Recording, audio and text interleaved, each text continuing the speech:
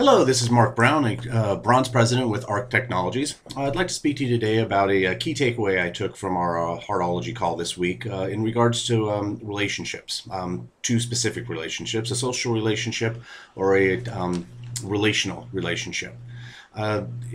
Typically, or well, all of us, I should say, we have friends, coworkers, family, business associates that we deal with, and typically it's more of a social relationship. We hear things like, hey, how you doing today, or hey, what, any big plans for the weekend? And in a social relationship, what you're going to often hear back is, oh, doing great. How about you? Or oh, nothing big, just some things around the house. Okay, that's great. Talk to you later. The reality is, a lot of times, that's all we want to hear back. We just want to hear that everything's okay and move on. And that's okay in our everyday setting, social setting. But there's a deeper way to go. There's relational relationships that you have with closer friends, family, and in that case, you're going to have something more along the lines of a conversation that might say, hey, how are you doing today? In a relationship, that person might be able to say, they feel comfortable with you, so they're going to say back, kind of started off a bad day for me. I was taking the kids to school. They were bickering the entire time. Then I get to work and the boss is waiting for me and complaining about a project that I didn't turn in that was supposed to be in by the end of yesterday. And again, going back to a social relationship, you might hear someone say back to you, oh, wow, that's too bad. Hope things get better. Talk to you later.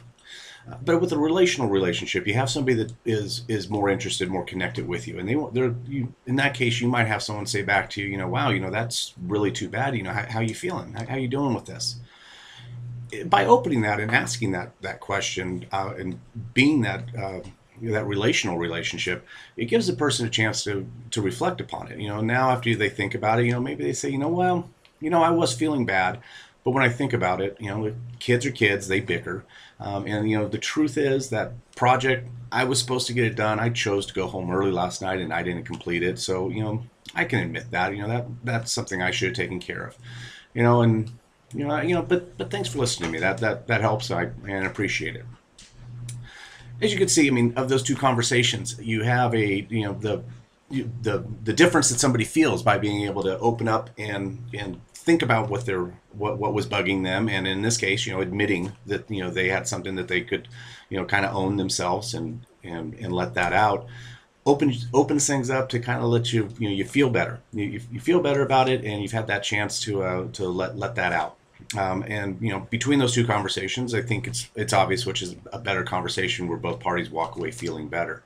Again, and with a relational relationship, also you have the fact that now the person has, they do feel better. They're going to go back to their day now and start getting back to work and doing what they need to do, as opposed to maybe on the other side that you're still sitting there kind of kicking yourself for not doing that project, or you're still ticked off with the kids, whatever the case will be.